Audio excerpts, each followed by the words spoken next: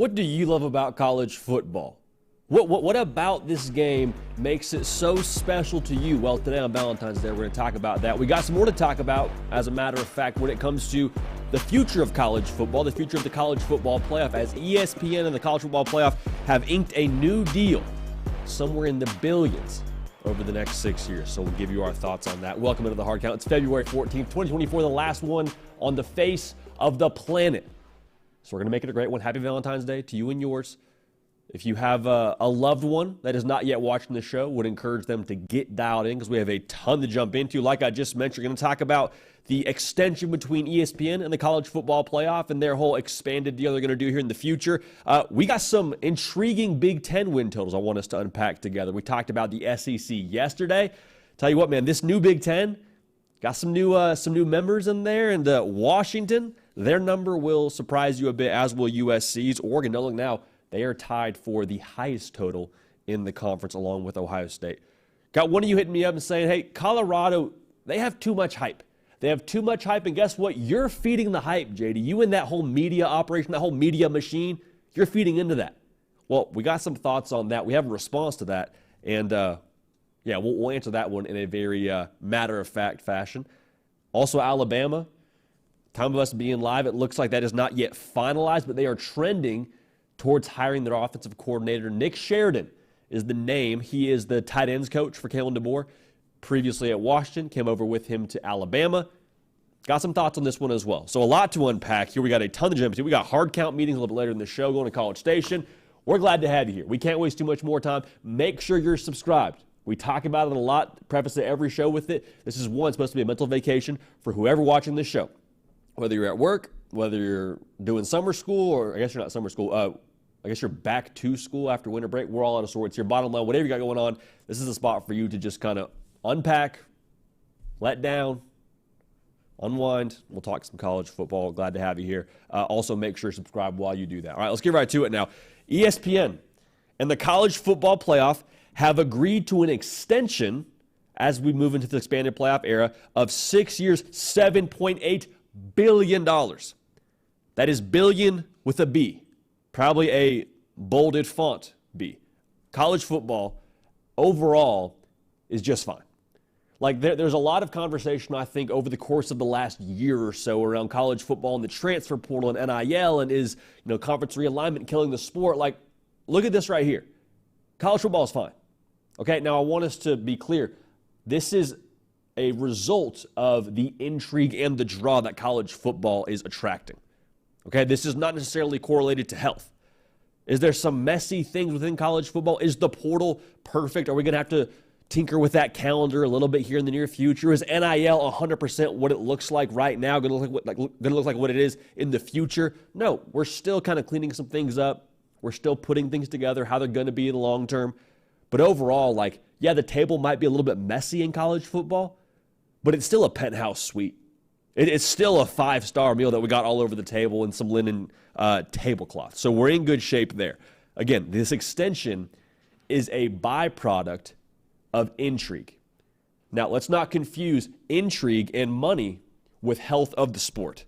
All right, interest comes from the people that care about the sport. Right? Again, so the money is not about the health of the sport, it's about the intrigue of the sport. And the reason why there's interest is because the fall Saturdays that we currently have a part of this whole thing, that the fall Saturdays we enjoy and that we cherish, that we love about college football, that is the core of this whole thing. That's driving the bus. That's driving all of this money that we currently have, all right? So when we talk about, extensions and media deals and all that, it's always a little bit funny to me because, again, we're not seeing any of that money as college football fans. Like, it's cool to know that the train is still on the tracks and that we're still going full speed ahead. But when it comes to how this actually impacts us as college football fans, the answer is not a whole lot. But I want us to this was a good opportunity for us to kind of circle up together as a college football public and kind of just have a clear conversation about things here. I provide a little bit of a word of caution here when it comes to what this sport looks like in the future. Like, how much money is enough money? Ever in the history of the sport, how much money is enough money? The answer is never enough money. So my concern is now you see this expanded playoff, you see more money going to it, you see the billions of dollars, Well, I think there's going to be some people that come out of the woodwork and say, well, hey, we expanded the playoff. We made more money. Who's to say we shouldn't expand the playoff a little bit more?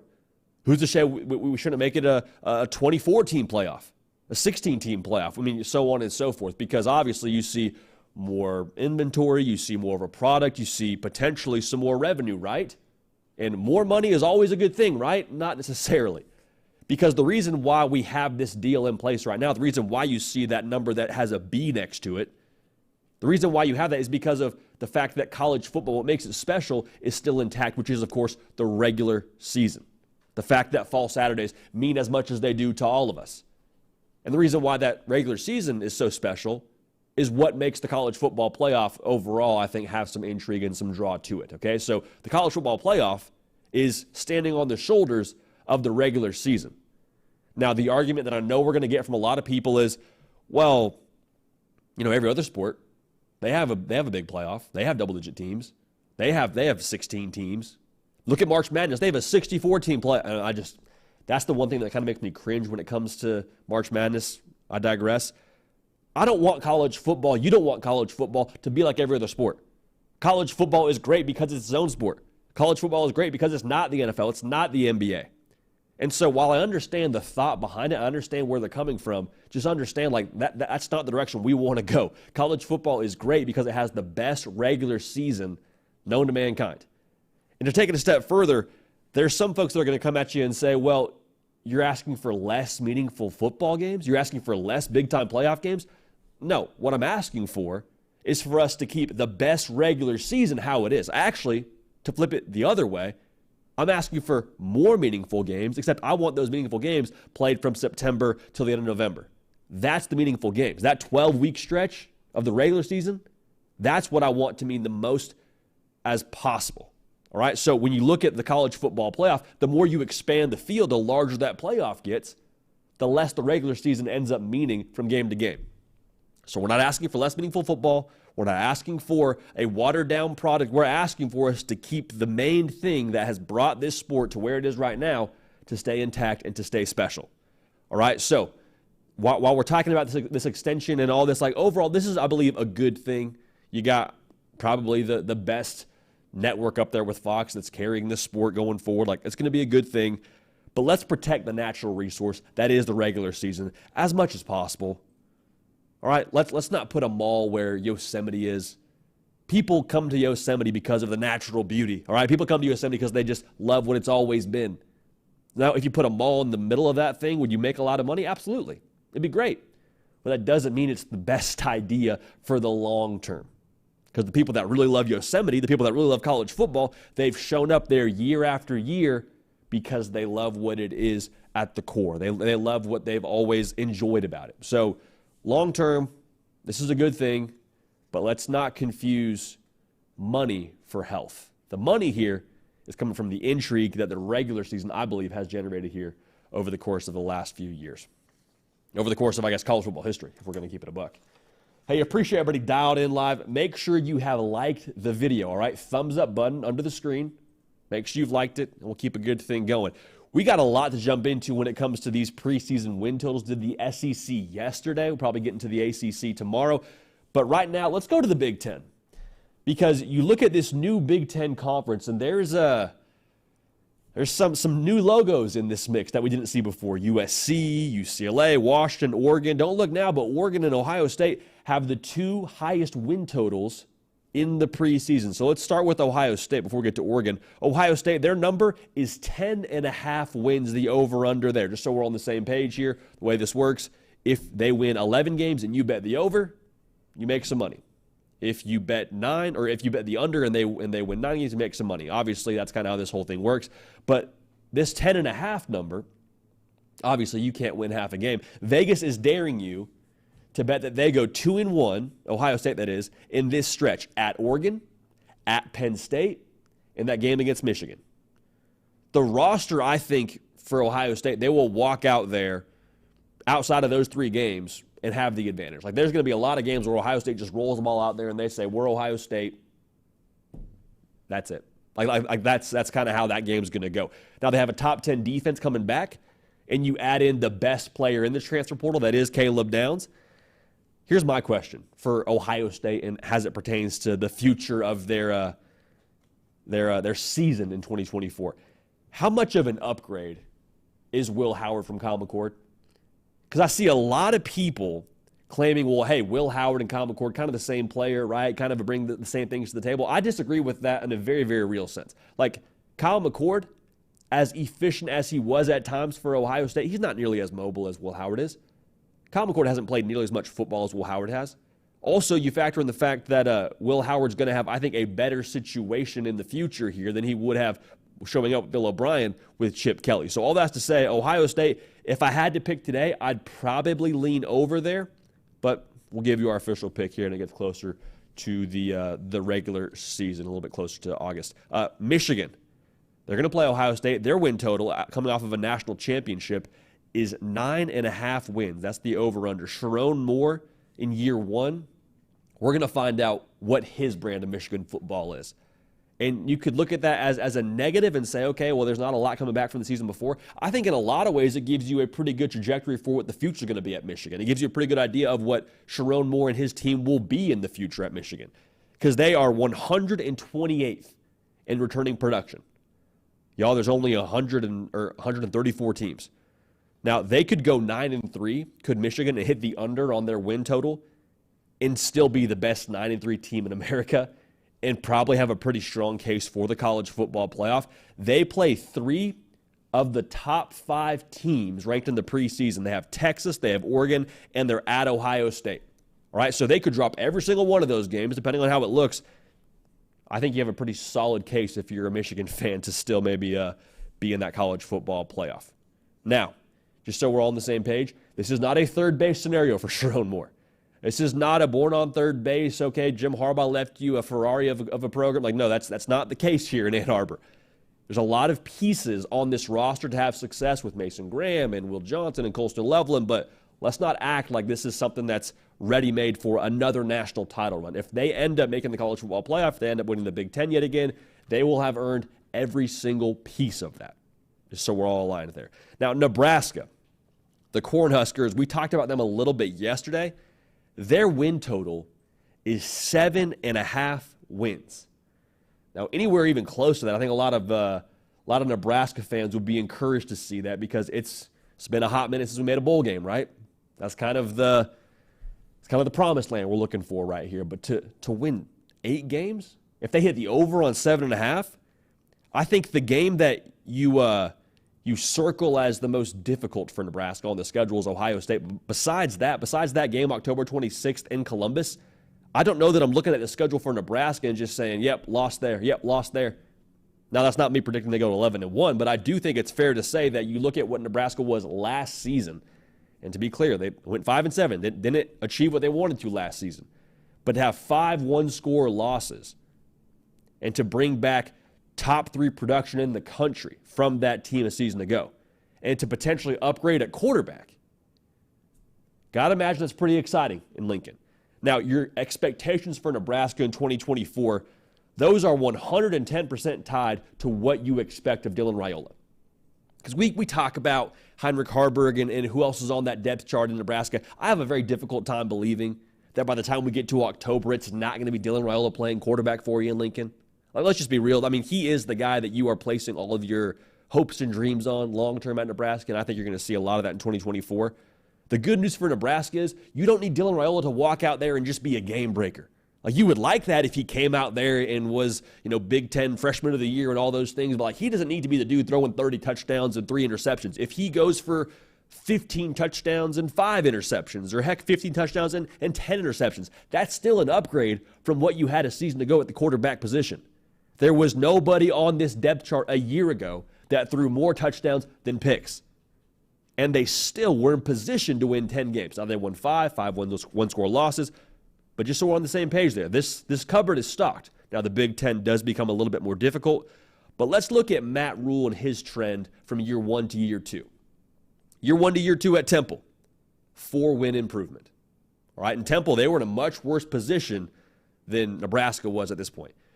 Baylor, they were at ground zero. There were folks in Waco talking about the death penalty for Baylor. 5-win improvement from year 1 to year 2. If Nebraska is on the lower end of his improvement from year 1 to year 2. If they win 3 football games more than the season before, 8 wins, it's hard to not be excited if you're in Lincoln. I think that's something that you would be fired up about. I mean, again, I think you'd be excited for 6 to get to a bowl game, but 8 wins does not seem unrealistic. Again, a lot of that will have to do with who's playing quarterback and just full transparency. Right now, I'd have a hard time believing it's not Dylan Raiola starting for you at some point during the season for the Cornhuskers. Now, Oregon, they are at 10.5 wins. Again, we told you before this segment, they are tied for the most preseason wins, over-under rather, with Ohio State. I think the conversation around them preseason is similar to Ohio State when it comes to what Vegas is daring you to do. They're asking you, okay, if you're an Oregon fan, do you believe, or if you're betting the over on Oregon, do you believe they can split Ohio State in the game at Michigan? Because I think the good news if you're Oregon, they're already built like a Big Ten team. Like we're talking about USC and can they get better in the trenches. We're talking about Washington and what they're going to look like long-term on the line of scrimmage. I think Oregon is already built to stack up with a team like Michigan, like Ohio State, heck, like in Iowa. I think Oregon already has that on the line of scrimmage defensively at least. They bring back 70% of the production from a year ago on the defensive side of the football. And the thing that I love, they already have a cool hand at quarterback. Like Dylan Gabriel, played a lot of football going into his 6th year playing college football in his 3rd school. He's not going to walk into a lot of situations and feel overwhelmed. He already played in Red River, one of the most intense rivalries in all of college football. He's been there. He's done that. Like, don't get it twisted. This will be a different challenge for him at Oregon, but I don't think he's going to see a lot of things as the quarterback for the Ducks that he hasn't already seen before at different stops throughout his career. So I'm very, very bullish on Oregon. I think they're going to be a force. I'd have a hard time seeing them not in that college football playoff mix at the very least. Now, just so we're on the same page, I think you could see as many as 3 to 4 teams from the Big Ten in this college football playoff. Like, that's how strong I think this conference is. Now, will one of those teams be USC? Based on this win total of 7.5 wins, that would be surprising. Vegas, to me, with this number, they're accounting for a couple of things. 1, no more Caleb Williams. 2, a more difficult conference schedule. Pretty straightforward there. They went 7-5 last year to USC, and that was with the former Heisman Trophy winner of Caleb Williams. Can you blame Las Vegas here? Can you? I mean, is this an unrealistic thing to say for Vegas that they're putting them at 7.5 over/under?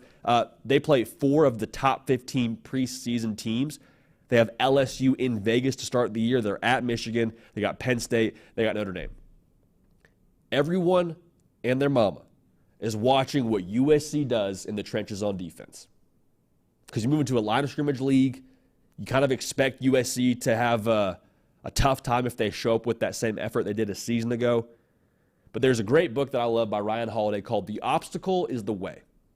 The Obstacle is the Way. And essentially the book just talks about this principle that whatever your issue is, whatever your deficiencies are, it's unfortunate, but you can take those deficiencies and turn them into a positive. I think that could be USC here because you want to change the narrative around, oh, well, USC, they're soft. They don't play defensive football. They're not good on the line of scrimmage. Go win 10 games in a line of scrimmage league that is the Big Ten your first year there. That'll change the way that people talk about you real quick. And they're already making some moves on this staff to try and improve themselves defensively. Obviously, have a new DC in Dan Lynn. We talk about Eric Henderson a fair amount on this show. I like where USC is headed overall. I think USC is in good shape, and I'm curious to see where they end up at the end of November with that over-under win total at 7.5. Penn State, we'll move quickly here. Their over-under is at 9.5. If you're Penn State, this is the year to break that 10-2 conversation, to no longer have to deal with that whole, oh, well, they're only going to win 10 games, and that's going to be who they are every year. Like, no Michigan on the schedule, no Oregon on the schedule. Their toughest games are Ohio State. We'll see what USC is. They got to go to L.A. They are top 25 in the country in returning production. Drew Aller, if he can improve a little bit more from what he was last year, his first year playing quarterback for Penn State, or being the starter for Penn State, rather, if they can be more explosive offensively, they got a really good backfield. Katron Allen, Nick Singleton, they're both back. Abdul Carter is a heat-seeking missile playing linebacker in State College. I think Penn State, if there was a year to break that 10-2 stigma, I think there's a path to do it here with the schedule and with what they have on this roster. Because just so we're on the same page, it's okay if we were all a little bit early on Penn State, because last year you weren't sure what Ohio State was going to be with a new quarterback, and there was a lot of talk around Michigan and the whole sign stealing scandal. Would that throw them off their game? The Big Ten was still really freaking good last year. I'm just saying, don't be surprised if Penn State pops a year later than a lot of us thought they would. That 9.5 win total, we'll see what happens there. Last one I want to get to, Washington. They're at 7.5 for their over-under preseason win total. Very bizarre to see a team that played for a national championship have a win total right around 8 to 7 wins. This is a result, I think, of obviously being in a more difficult conference. That is the Big Ten.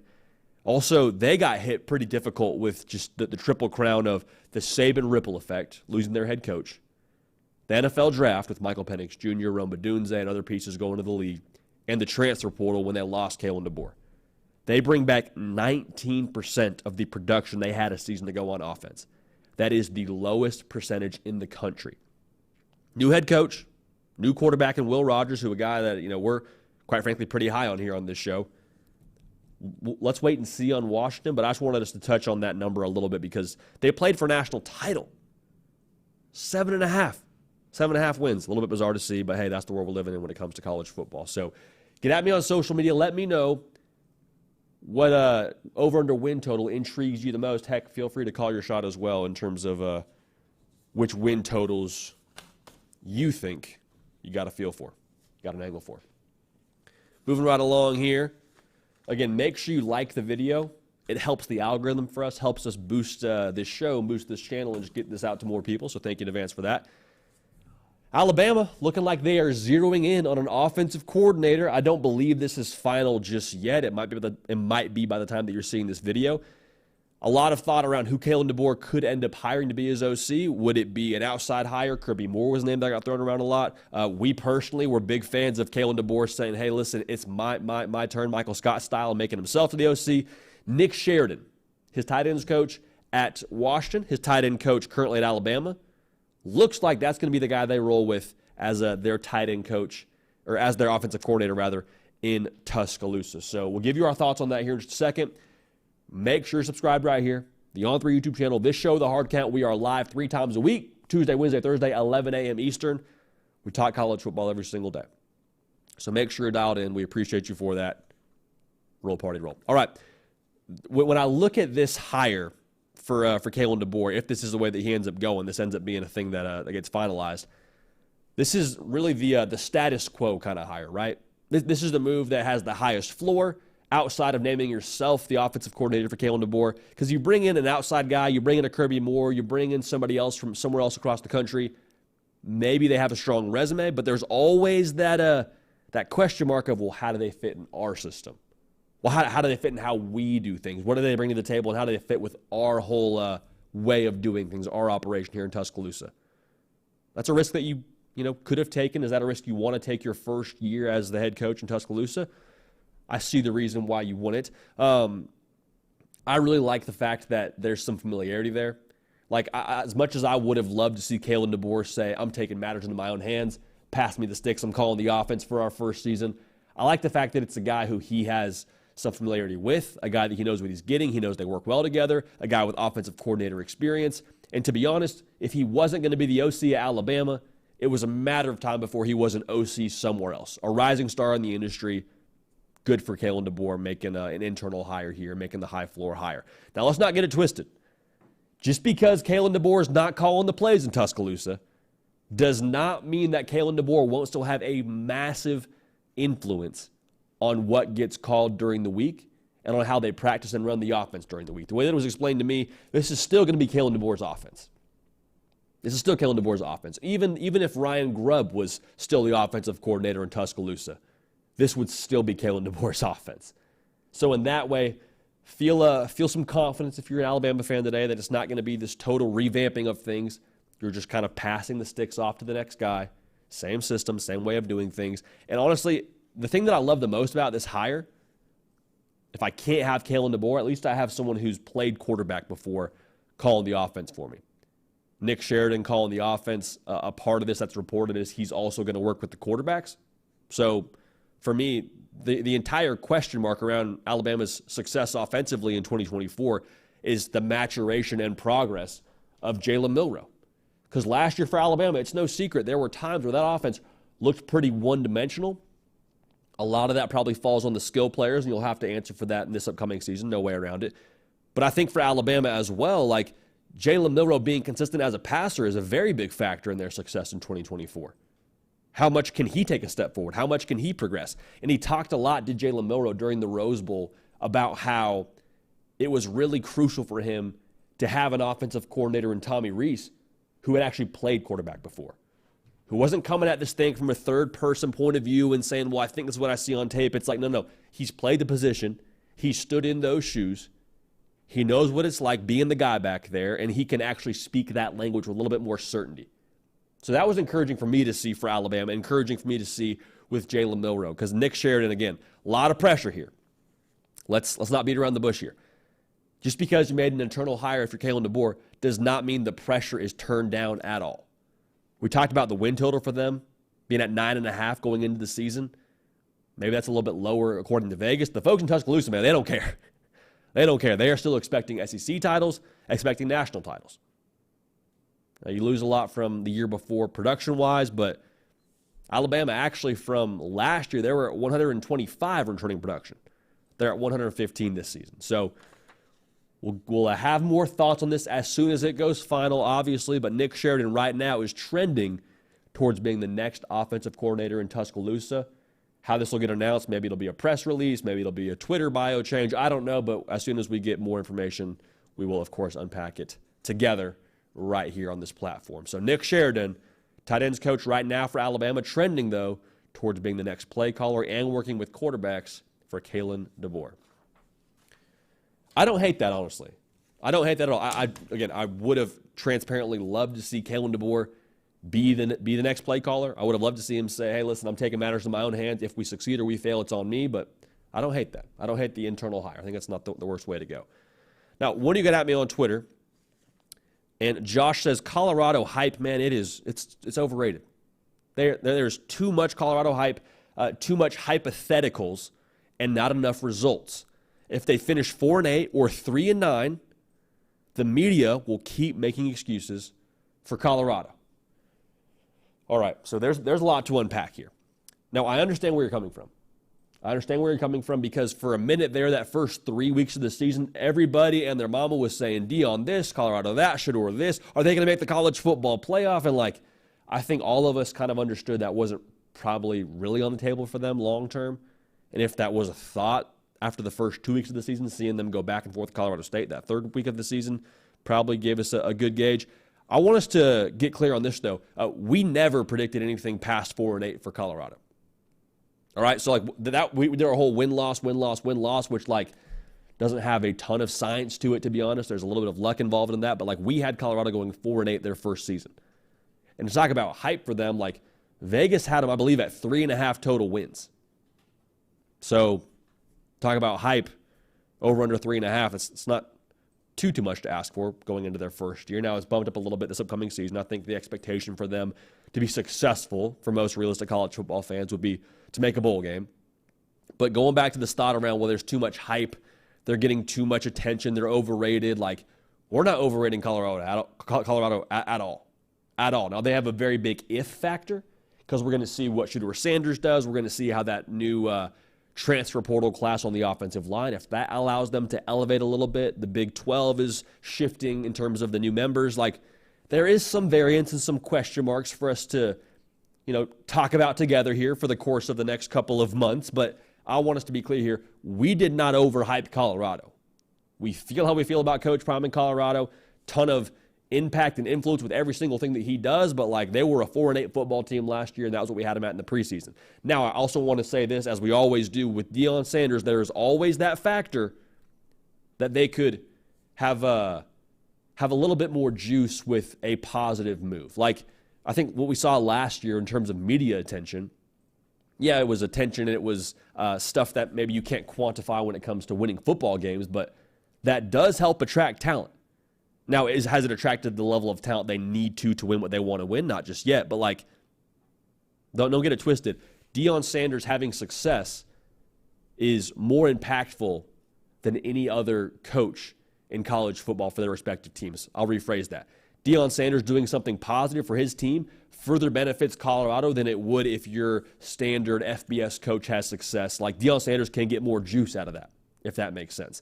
And the reason people talk about Deion Sanders, it's not to overhype him. It's not to try and pump him up. Like, people talk about Deion Sanders because he's fascinating. Because as an NFL Hall of Famer, arguably the best defensive back to ever do it, and he is choosing to now coach college football and attracted one of the top recruits in the country to follow him to Jackson State and now to Colorado and Travis Hunter. His son's an NFL quarterback. Like, there's a lot that's just straight up very, very interesting about Colorado. So I don't think people cover Colorado because they think they're going to win the national championship. People talk about Colorado because there's so much to talk about with them. There's so many things about Colorado we've never seen in college football before. We've never seen a coach go to the transfer portal and overhaul an entire roster overnight and try and change the game that way. We've never seen a coach really have a documentary series on himself the way that Coach Prime does. So, yes, there's some things about it that I'm sure feel a little bit overkill. I don't doubt that, but I just want to make sure we're on the same page here. People don't talk about Deion Sanders in Colorado because they're this incredible football team. They might end up being that, and that would help, I think, everybody, to be honest, when it comes to the media game. But, like, people talk about Deion Sanders because it's wildly, wildly fascinating and, quite frankly, something we've never seen before in college football. Now, I also want to make this very, very clear. Media in general, sports media specifically, is supply and demand. Like, we base what we talk about on this show, yes, very much so based on what's happening in college football, but we talk about what y'all want to talk about. Like, how many times have you heard me sit in this chair and say, hey, get at me on Twitter, get at me on Instagram, hey, subscribe to the channel, hey, like the video? I'm not doing that just because it helps us. It does, 100%, but for us, that's good data. That is a roadmap to what you want to talk about. And so the reason why you saw Deion Sanders popping up anywhere and everywhere last season was because people continued to provide demand for Deion Sanders, for Travis Hunter, for Shedeur Sanders, for Colorado. So people are trying to supply to meet that demand. So if people are frustrated with the way the media is operating according to Deion Sanders, I would say don't give the media what they want to hear. Don't give the media that signal that says we want more Deion Sanders. Now, I understand there is a fraction of the college football fan bases, or college football public, rather, that didn't really want to hear about Deion Sanders and didn't really want to hear about what's going on there, and some folks that were just new to college football because of Deion Sanders, and I think in some ways there's pros and cons to that, another discussion for another time.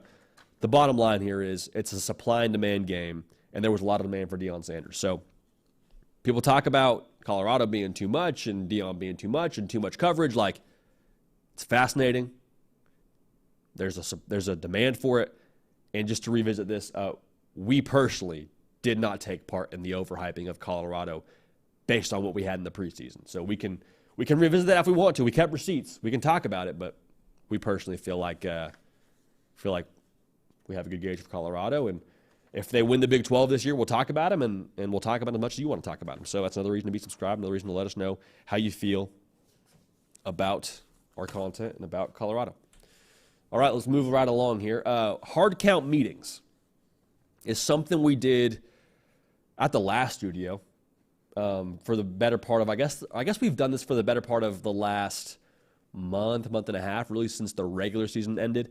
And what this is, just so we're all on the same page here, a hard count meeting for us is the equivalent of an exit meeting, which happens across the country in college football at the end of every single season. We rephrased it, not calling it exit meetings anymore, because that's just something that kind of sounds like people are getting fired. I want us to have an exit meeting, a hard count meeting for us is just kind of taking inventory of a program and a coach and where they currently are in college football and kind of what needs to happen going forward, and just kind of a state of the union, if you will. So let's take this hard count meeting all the way out to College Station, Texas, and have a state of the union with what's going on with Mike Elko, the 12th man. Because Mike Elko, coming to College Station, when he got hired, we were fans of it. We were fans of it, and we're fans of it because we think it provides a lot of what Texas A&M needs in the long term. We'll talk more about that in a second. The current state at Texas A&M is extremely talented. Like, there's a lot made about how they've underachieved under Jimbo Fisher and about, everything with how their student section is and the traditions and all, all these things around Texas A&M, and that's fine. But like at the end of the day, they have a roster in place that can really do some damage. Okay, top 20 in returning production from a season ago is Texas A&M. Okay, so what Mike Elko is dealing with here is by no means an empty deck. All right, he's got a lot of pieces here to do some really good things. Connor Wegman, I think, is set to be one of the better quarterbacks in the SEC, if not the country, next year, based on his talent and the way that he could trend. And with all that talent comes more expectations. Like, I want to revisit this. I think people feel like A&M fans are a little bit entitled because they talk about competing for SEC championships and college football playoff appearances and all that.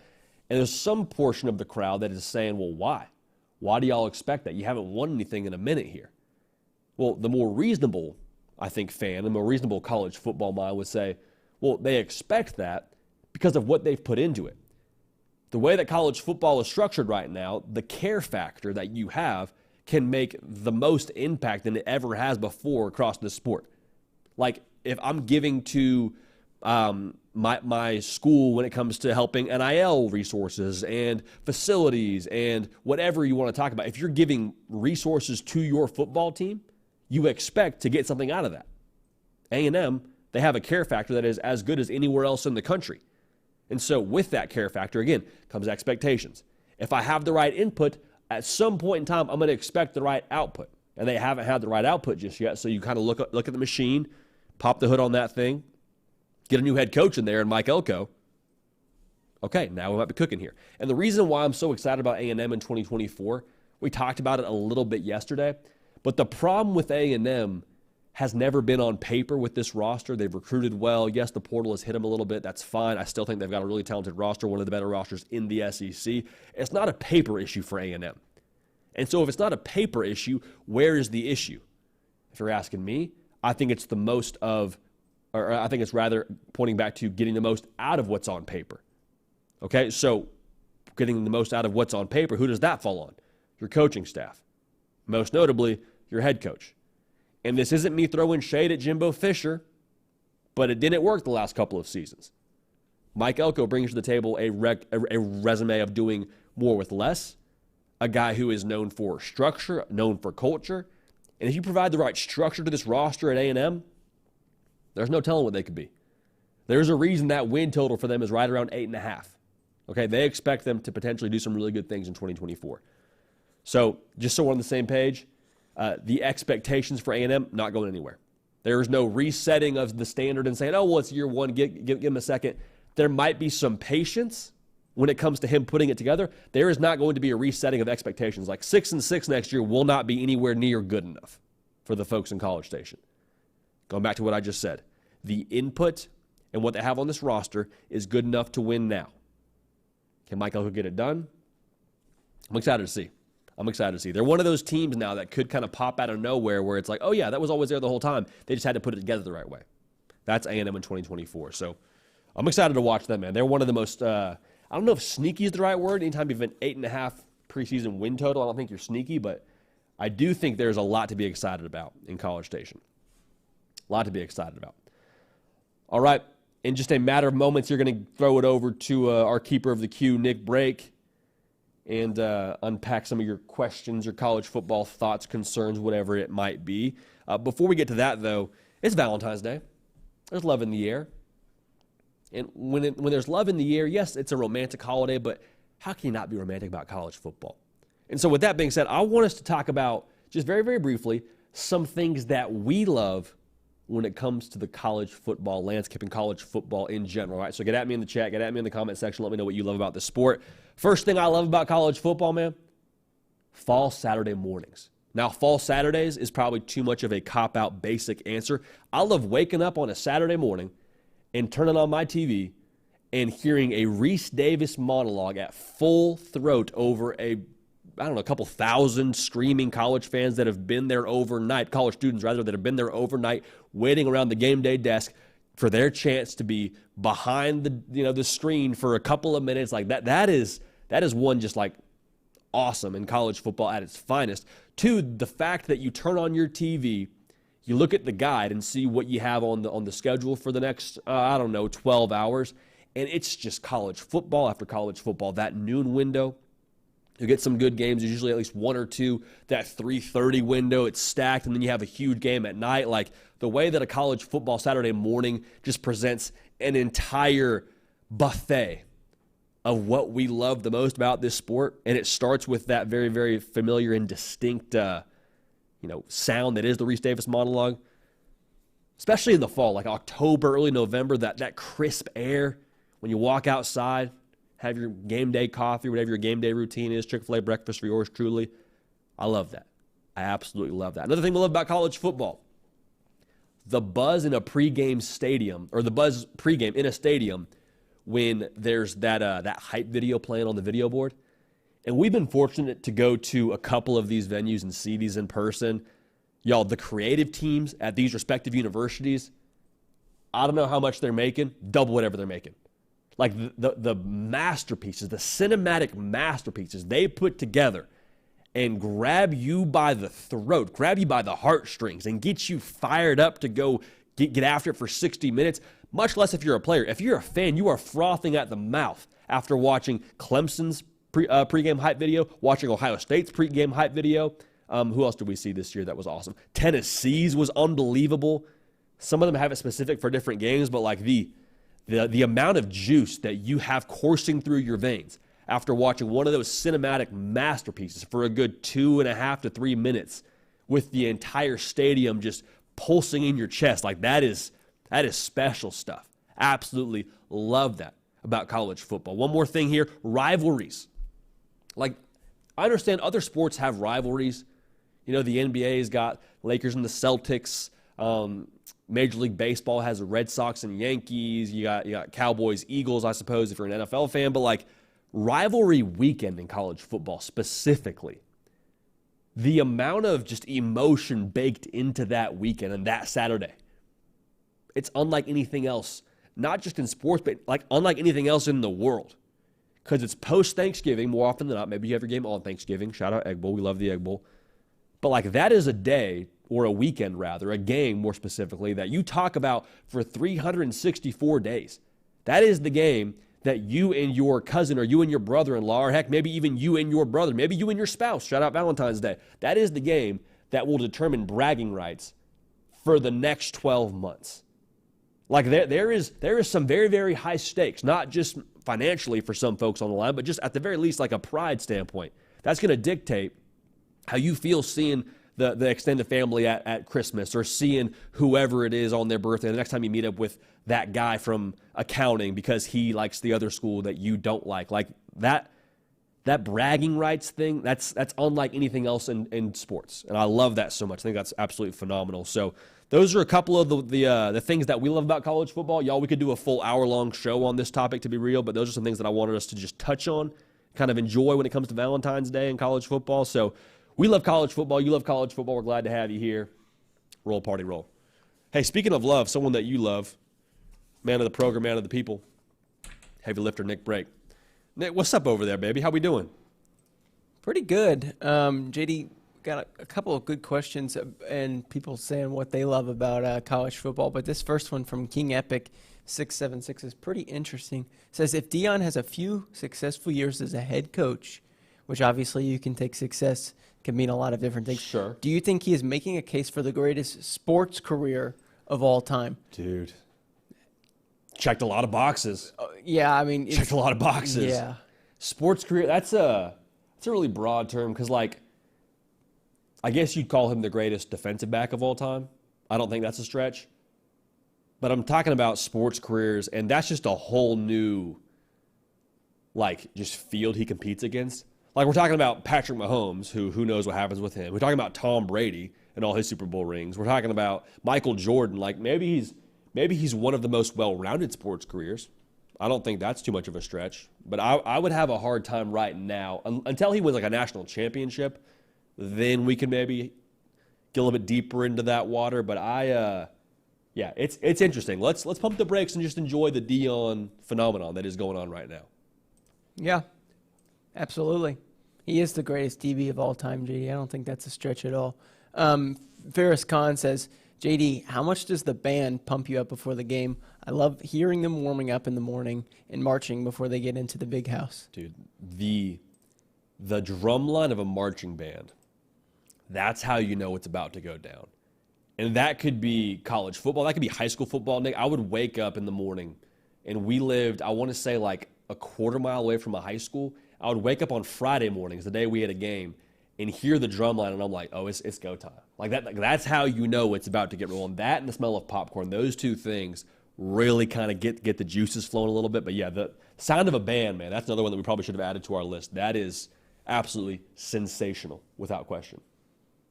We got another comment here from Ferris. I think this is good because I like talking about Rutgers. He says, go over Rutgers' schedule and explain how this 7-6 team last year beat Miami, lost 3 games last year, lost 3 games to Ohio State, Michigan, and Penn State. Don't have, excuse this guy, I'm kind of dry reading.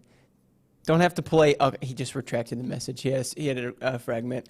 Hey, Rutgers is top 10 returning production. Talk about Rutgers. Rutgers top 10 returning production, Nick. Yeah. 74%.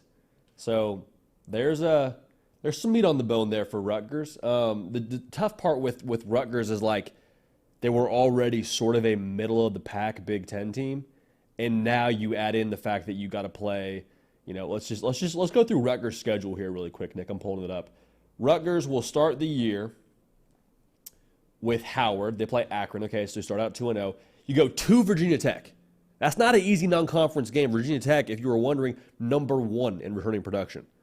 I actually like the Hokies a lot this year. They play Washington, no big deal. They actually just played for a national championship. Now, they don't bring back a lot, so we'll see what that looks like. Got to go to Nebraska. You play Wisconsin, at USC, have a bye week, and then you play Minnesota, at Maryland, Illinois, at Michigan State. So I don't think it's unrealistic to think that they could be a team that goes bowling, but just the way that the Big Ten is shifting over the course of the next couple of years, going to make for some tricky games for our folks in Piscataway. Now, they play UCLA, Washington, USC. No Oregon for them on the schedule this year, but 3 of the 4 new teams in that conference will play the Scarlet Knights. So we'll see. We'll see on Rutgers. I think they're probably still that middle-of-the-pack Big Ten team. Yeah, and, of course, their quarterback played the same high school football team as me. There you go. Gavin Wimsatt. Yeah. Okay. Good genes, good bloodline. Oh, yeah, good absolutely. Lineage. Ferris says, sorry you picked my comment while I was fixing the typo. That's definitely the first time I've been reading something on air and it just disappeared, like the message got retracted. So that's a pretty interesting first. A little magic trick. Yeah, absolutely. Hey, Jared says, JD, which of the group of 5 teams in your mind is the team that will make the 12-team playoff? Probably lean Tulane right now. The tricky part is, like, I maybe would have said SMU a year ago. SMU's in the ACC now. Like, SMU is probably going to be in that I shouldn't say probably. SMU coming off a double-digit win season. I think a really well-kept secret at quarterback. Rhett Lashlee's going to be up for a lot of big-time jobs around this time next year. I'll lean Tulane right now. We'll see what they are in 2024, but I'll lean Tulane right now. OG Gary says, do you think a salary cap of $1 million is doable in college football? Also, do you think transfer fees are going to become a thing going forward? Meaning if a GA wants a player, if wants player X, they'd have to pay the school X amount of dollars to buy out. If all of that's the case, Jade, I don't think $1 million is going to cut it for a salary cap. $1 million is... yeah, I think we might need to bump that up quite a bit. $1 million is like a good quarterback. Yeah. You know? Yeah. So that's a pretty petty. Ryan Day went on the record, I think, a year ago and said he needs $13 million to keep his roster intact, much less to go after new talent. So I've said a few times here, I am not pro salary cap. I think if you want to ante up and you want to come to the table and pay for the roster you want, like, more power to you. More power to you. Yeah. I don't know, JD. That's really, I don't know. There's a lot of confusing elements there that I just don't know enough about. And frankly, I don't have to really know about because, you know, I'm not the one in the NCAA making those calls. Yeah. So good for me. Thank goodness. I really am No. I'm quite happy that is not my job. What do you say, JD? I think it's a Although a lot might be going away anyway. at some point soon. Yeah, I know. Well, I mean, there are a lot of people in this chat who did coin you as a potential candidate for commissioner of the college football. Which is very kind of them. Yeah. Which is very kind of them, and also a little bit irresponsible of them as well, which I 100% appreciate. Yeah, 100% absolutely appreciate that. JD, this is something we've been talking about a lot the last couple of days. Apex says, what's Chip Kelly's Achilles heel as an offensive play caller? As a play caller, that's going to be interesting. I mean, his Achilles heel would be that he doesn't really love recruiting, from what we can tell. So that's one thing where you're like, is this going to be a long-term thing, being the OC in Columbus? Is this going to be a thing where you're there for more than just this season after flirting with the NFL this past season? Remains to be seen. I think still to be determined, because what I understand, it's going to be sort of a blend of Ryan Day's system along with Chip Kelly's system. So I don't know that it'll be totally what we saw at UCLA, or much less what we saw with him at Oregon. There'll be some variations mixed in there. I don't know if I see an Achilles heel right off the bat, Nick. That's something we're going to have to wait and see on. Yep, absolutely. Richie Dubs says no salary cap in Major League Baseball has killed baseball. I'd go to the opposite, and I say too small a salary cap in Major League Soccer is the reason why nobody takes it seriously. There you go. So let's talk a little bit about the college football playoffs. Jared said, which conference do you think will be best represented in the 12-team format? T. Shaw says SEC would be potentially, you could get Georgia, LSU, Tennessee, Ole Miss, maybe Bama. JD, we've already talked about the Big Ten potentially sending 3 teams. If you had to guess right now, which of those 2 is going to send the most? Ooh. Who has the most playoff caliber teams? You look at who plays who in those games. That's tricky. You know what? Today, I'll go Big Ten today, because I think Ohio State, I think Oregon, I think Penn State's got a really workable path. Mm-hmm. Michigan will be in the mix. I'm not sure how the SEC is going to shake out, if they're all just going to just absolutely get after each other. I don't know about Alabama right now with Kalen DeBoer. I think they'll be in good shape. I don't know what that looks like when it comes to the playoff. Ole Miss got a lot of expectations, but we're not 100% sure how that'll look in the new SEC.